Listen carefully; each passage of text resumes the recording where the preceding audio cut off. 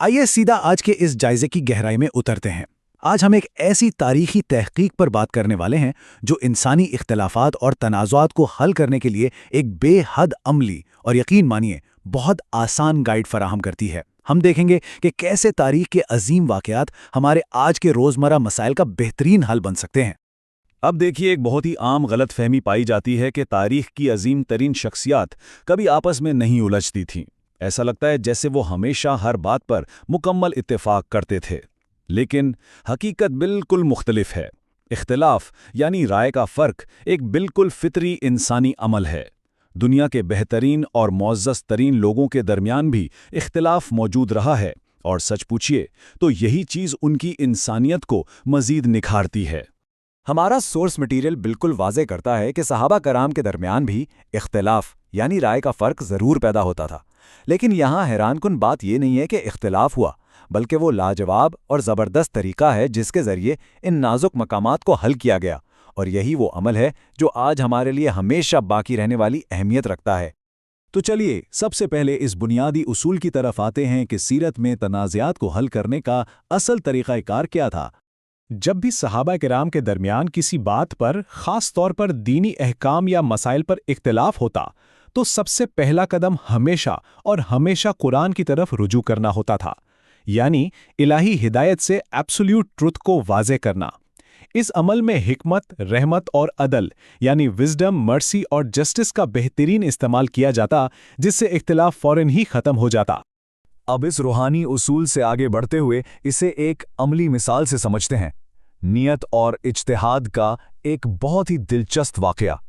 नबी अकरम PBUH ने एक सफ़र से पहले एक निहायत वाज़े हुक्म दिया, बनु कुरैज़ा पहुंचने से पहले कोई असर की नमाज ना पढ़े। लेकिन सफ़र के दौरान ही असर की नमाज का वक्त आ गया और काफ़िला अभी रास्ते में ही था। अब सोचिए, इस मुकाम पर सहाबा कराम एक ऐसी उलझन में थे जहां एक डायरेक्ट इंस्ट्रक्शन की दो अलग अलग तशरीह की जा रही थीं। यहाँ इज्तिहाद यानी अपनी समझबूझ से दो मुख्तलिफ राहें सामने आईं।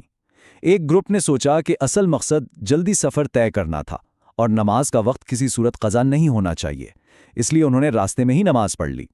दूसरे ग्रुप ने अल्फाज की हर्फ बाहर्फ तामील को तरजीह दी कि हुक्म यही है कि बनु कुरैज़ा पहुँच कर ही नमाज पढ़नी है, चाहे वक्त क्यों ना गुजर जाए। दोनों की लॉजिक अपनी अपनी जगह इंतहाई मजबूत थी। लेकिन यहाँ सबसे अहम पॉइंट ये है कि जब यह मामला बाद में रिव्यू के लिए सामने आया तो किसी एक फरीक को भी डांटा नहीं गया, कोई सरजनिश नहीं हुई। ऐसा क्यों? क्योंकि असल चीज़ थी नियत। दोनों फरीकों की नियत बिल्कुल खालिस थी, दोनों का मकसद सिर्फ और सिर्फ हुक्म की तामील करना था। रास्ते ज़रूर अलग थे, मगर नियत एक थी। लेकिन हालात तब क्या रुख इख्तियार करते हैं जब इख्तिलाफ की बुनियाद कोई लॉजिक या इज्तिहाद नहीं, बल्कि कबाइली गुस्सा और एक गहरी दुश्मनी हो। हालात किस कदर तेज़ी से बिगड़ सकते हैं, इसका अंदाज़ा इस तफसील से लगाइए। मदीना के दो बड़े कबीले औस और खजरज माजी के सख्त दुश्मन थे। एक साजिश के तहत इस पुरानी आग को फिर से हवा दे दी गई। बात सिर्फ तानों और बहस तक महदूद नहीं रही, बल्कि गुस्सा इस हद तक बढ़ गया कि तलवारें निकल आईं और खून खराबा बिल्कुल होने ही वाला था। ऐसे इंतहाई नाजुक वक्त में एक ताकतवर मुदाखलत ने सब कुछ रोक दिया। एक जुमला अदा हुआ, क्या मेरे होते हुए भी तुम जाहिरियत की बातें करते हो? इस एक जुमले ने उस कबाइली गुस्से को बिल्कुल जड़ से काट कर रख दिया। उन्हें फौरन उनकी मौजूदा हिदायत याफ्ता हालत की याद दिलाई गई, जिसने उस दुश्मनी की आग को बिल्कुल बुझा दिया। और इस मुदाखलत का असर वाकई रुला देने वाला था। सहाबा कराम रो पड़े, उन्होंने अपनी अपनी तलवारें वहीं फेंक दीं और आपस में भाइयों की तरह गले मिल गए। ये दिखाता है कि अगर गुस्से की असल इमोशनल बुनियाद को ठीक तरीके से समझ लिया जाए तो सख्त तरीन दुश्मनी को भी मिनटों में ख़त्म किया जा सकता है। अब यहाँ एक बहुत ही दिलचस्प सवाल पैदा होता है। क्या होता है जब दो इंतहाई अजीम और मुअज़्ज़ज़ शख्सियात आपस में उलझ जाएं?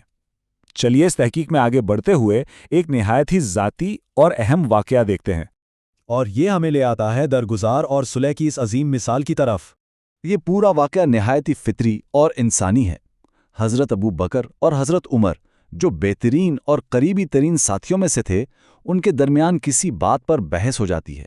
गुस्से की वजह से एक नाराज़ होकर चला जाता है, फिर दूसरे को अपनी गलती का एहसास होता है और वो माफ़ी मांगने जाता है, मगर गुस्से और नाराज़गी के असर में दरवाज़ा बंद कर दिया जाता है। वाकई ये एक ऐसी सूरत हाल है जिससे कोई भी आम इंसान आसानी से रिलेट कर सकता है। لیکن جب یہ معاملہ پیش ہوا تو نبی اکرم صلی اللہ علیہ وسلم کا فوری ریئیکشن بہت واضح اور جذباتی تھا۔ انہوں نے فرمایا، جب سب نے مجھے جھٹلایا تب ابو بکر نے میری تصدیق کی۔ ان چند الفاظ نے سر عام حضرت ابو بکر کی وفاداری کی سچی گواہی دی اور ان کے اصل مقام کو سب کے سامنے واضح کر دیا۔ یہ سنتے ہی حضرت عمر کے آنسو چھلک پڑے اور اسی وقت ان دونوں عظیم شخصیات کے درمیان مکمل صلح ہو گئی۔ یہ اس بات کا زندہ ثبوت ہے کہ جب کسی انسان کی سچی اہمیت کا کھلے عام اعتراف کیا جاتا ہے تو ناراضگی اور انا کی بڑی سے بڑی دیواریں بھی فوراً گر جاتی ہیں۔ اور اب ہم آتے ہیں اس تجزیے کے آخری اور سب سے اہم اصول کی طرف۔ یہ سورسز ایک بات بالکل سختی سے واضح کرتے ہیں کہ تنازعات کو حل کرتے وقت فیصلے کبھی بھی کسی کے رتبے یا خاندانی پس منظر کی بنیاد پر نہیں کیے گئے۔ فیصلہ ہمیشہ صرف اور صرف حق کی بنیاد پر ہوتا تھا، چاہے اس معاملے میں معاشرے کا کوئی طاقتور ترین لیڈر شامل ہو یا کوئی انتہائی کمزور فرد۔ حق ہمیشہ سٹیٹس سے بالا تر تھا۔ اگر ہم ان تمام باتوں کو ایک جگہ جمع کریں تو ہمارے پاس ایک مکمل اور زبردست ٹول کٹ بنتی ہے۔ پہلا قدم قرآن سے ہدایت لینا، دوسرا صرف ظاہری عمل نہیں بلکہ نیت کو سمجھنا، تیسرا غصے کو ہوا دینے کے بجائے فوراً ٹھنڈا کرنا، چوتھا معافی مانگنے اور درگزر کرنے کا ماحول بنانا، اور پانچواں فیصلہ ہمیشہ میرٹ پر کرنا۔ یہ سچ میں ایک ایسی سٹیپ بائی سٹیپ میتھڈالوجی ہے جو آج ہمیں اپنے کمیونٹیز کو بہتر بنانے کے لیے ضرور استعمال کرنی چاہیے۔ سیرت کے اس بہترین جائزے کے بعد ایک بہت ہی گہرا سوال ہمارے سامنے رہ جاتا ہے۔ سوچ کر دیکھیے، ہمارا آج کا معاشرہ کس قدر بدل جائے، حالات کتنے پرسکون ہو جائیں اگر ہم لوگوں کے ظاہری عمل پر فیصلہ سنانے سے پہلے ان کی نیتوں کو پرکھنے لگ جائیں۔ شاید یہی وہ اصل بنیاد ہے جو ہمارے تمام آپسی مسائل کو ہمیشہ کے لیے سلجھا سکتی ہے۔